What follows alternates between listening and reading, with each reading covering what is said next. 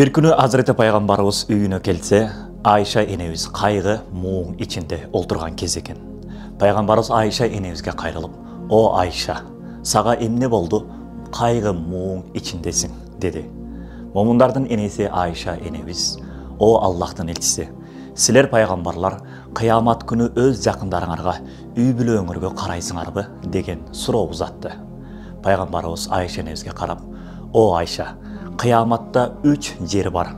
Ал жерде hiçbir адам бири-бирине карабайт" dedi.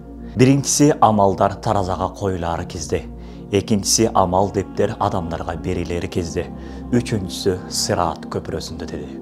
Урматтуу мусулман бир туугандар, Сират көпүрөсүнүн чагылгандай бат өтүүнү кааласаңыз, амал дептериңизде орозо кармаган деген сооп жазылуусун кааласаңыз, таразада сооптуу амалдарыңыздын көп болуусун кааласаңыз, бул кирип келген Рамазан айы сиз үчүн чоң бир мүмкүнчүлүк.